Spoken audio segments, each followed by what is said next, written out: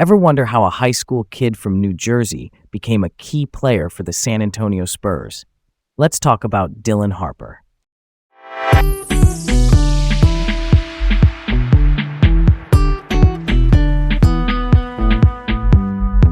I'm Leah, feeling curious and excited to dive into today's topic.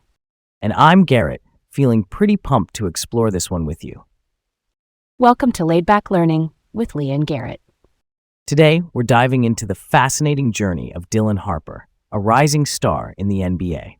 Okay, so here's where we start. A couple of winters back, I went to this high school game in Bergen County. A packed gym, the kind with squeaky floors and the band off to the side. I'm watching these kids fly around, and I keep hearing Dylan Harper's name in the bleachers. Parents whispering about Don Bosco Prep, and students saying he's that guard from Franklin Lakes, the son of Ron Harper. I remember thinking, all right, that's a big last name to carry. I didn't actually see Dylan that night. He wasn't on that court, but the buzz was so loud, I pulled clips when I got home. The shot creation, the patience in the pick and roll, the pace changes. That's the stuff that sticks in your head. It felt like catching a band at a tiny venue right before they blow up. You just know something's coming. That's close to the heart of it. I love when a name travels before the person does. With Dylan, the story follows that word of mouth with receipts. He was born in March 2006 in Inglewood, New Jersey, and raised in Franklin Lakes. He started at Don Bosco Prep. Pretty quickly, we weren't just talking hype. We were talking real production. He averaged around 15 points as a sophomore, then jumped to almost 25 a night as a junior, adding rebounds, assists, and steals. That's a full plate for real. Let's set the scene.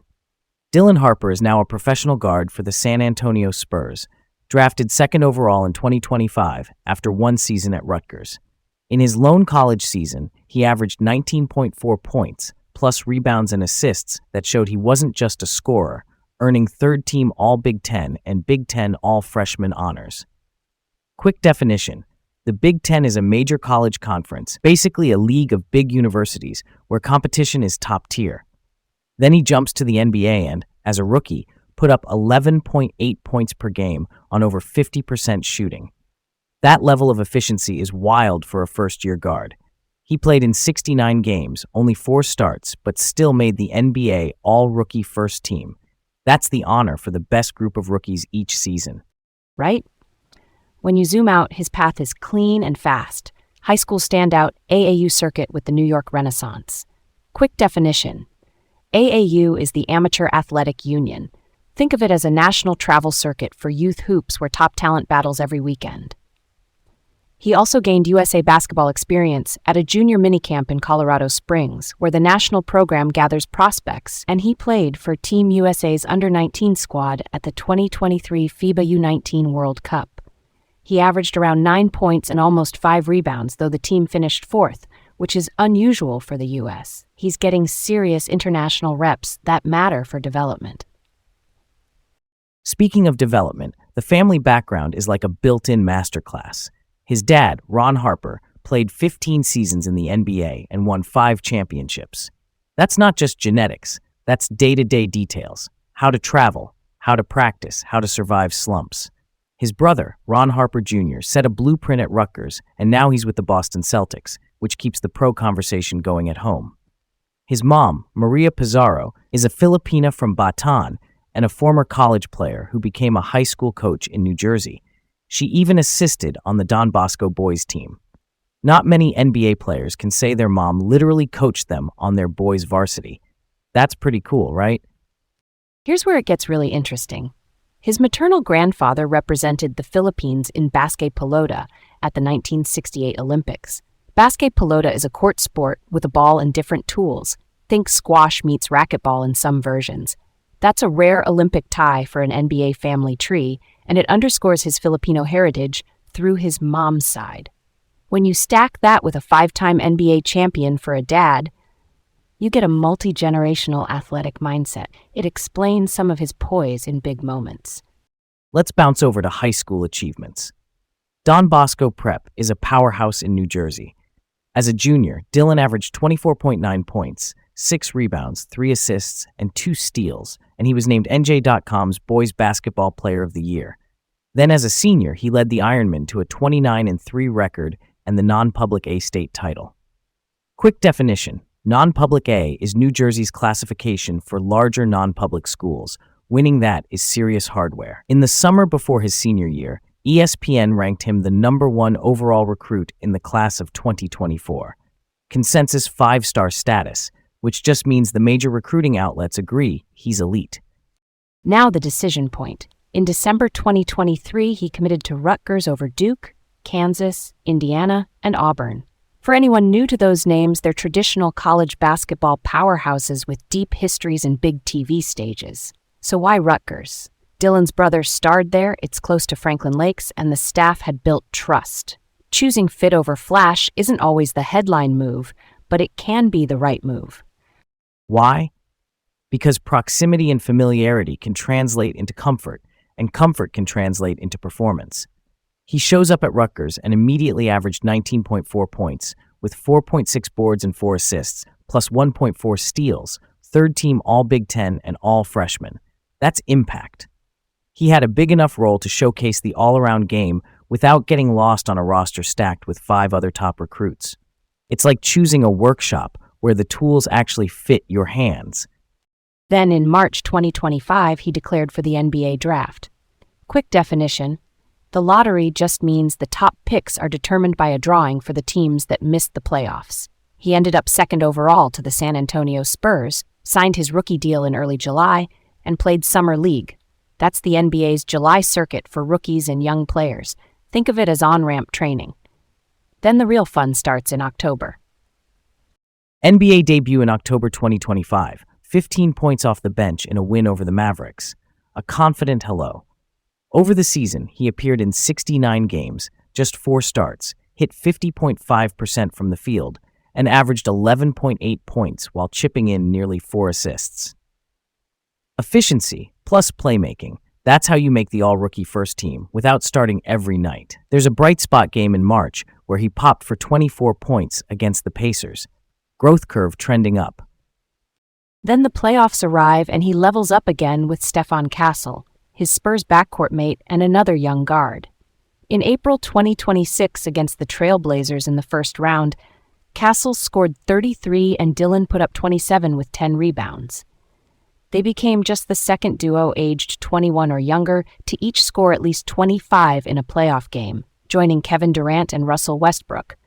Rare air for kids just starting out. Then comes the Western Conference Finals opener against the Thunder, a double overtime thriller.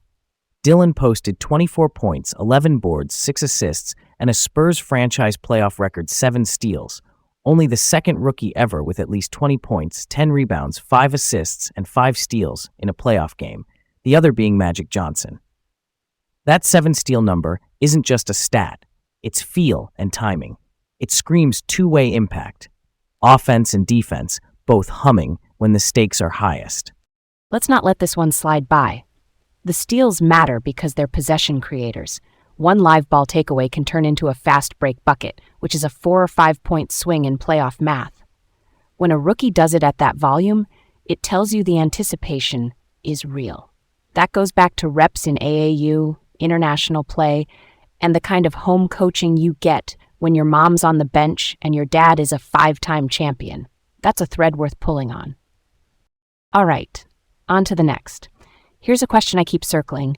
Choosing Rutgers over a blue blood like Duke or Kansas, did that raise his ceiling or cap his exposure? I'm down for that. I'll take the side that says Rutgers was exactly right. First, comfort. Being close to Franklin Lakes with family who know the drill lowers the noise.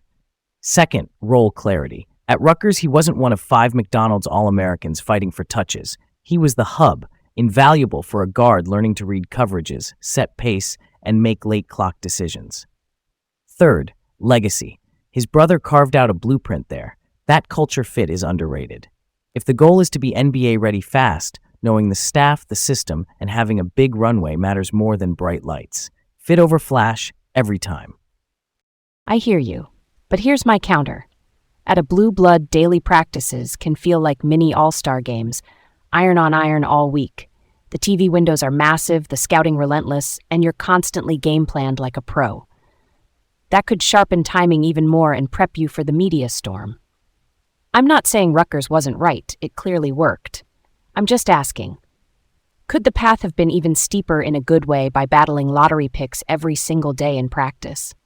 Sometimes that pressure cooker polishes you faster.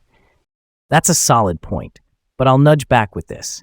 Dylan's freshman numbers at Rutgers were big and balanced, 19 points with real assists and steals. That's growth you might not get if you're splitting reps at a factory program, and the NBA still saw him. He went second overall. So the exposure question kind of answers itself. If the result is top 2 in the draft and an all-rookie first-team season, it's hard to argue he missed out. Fair, and maybe the human piece matters most. Less transition shock, more familiar faces, a campus that feels like home. For some players, that's everything. The proof is in the Spurs run. He was ready for high-stakes basketball. So there we have 2 angles. Different roads, same mountaintop. Switching gears just a little. He's not a pop culture headline yet, but the ingredients for a future story are there. Second-generation NBA guard, Filipina mom who coached him on the boys' varsity, a grandfather who was an Olympian in a niche sport, and rookie playoff records. If someone ever makes a film or a series out of that, the hook is a family built for big moments, teaching him how to breathe easy when the game speeds up. All right, let's roll on with a what if. What if he had chosen Duke instead of Rutgers? Maybe he shares the ball with 2 other 5-star guards and averages fewer points, but hits even tougher defensive reads in practice every day. That could sharpen tools like off-ball defense and catch-and-shoot rhythm, but it could also delay proving he can be the lead engine. The draft might still love him, or maybe the narrative shifts a touch. Less usage, more efficiency. Not better or worse, just different. And what if the Spurs passed on him in 2025 and he landed on a team without Stephon Castle? Without that partner, do we still get the under-21 milestone of both scoring 25-plus in a playoff game? Maybe not. Chemistry is a multiplier, and the Spurs' reputation for steady development, system, spacing, patience, matters. If he joins a team with a crowded backcourt or no clear identity, his rookie year might look bumpier. The playoff stage could come later, and those 7 steals in a double overtime conference finals game might never line up the same way. Here's another angle.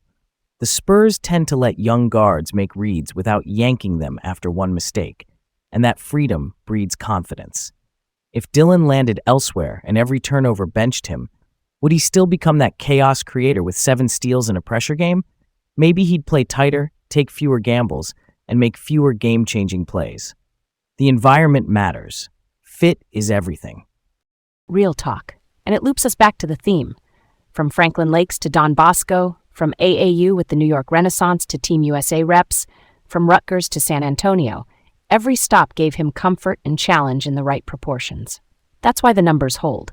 19 a game in college, efficient double figures as a rookie, and playoff steals that tilt games. It's a path tailored to who he is, not just what he does. Time to put a bow on that. Stay curious, keep it chill, and we'll catch the next one. That's the heartbeat of it. Thanks for hanging with us, and we'll be back soon on Laid Back Learning with Leah and Garrett.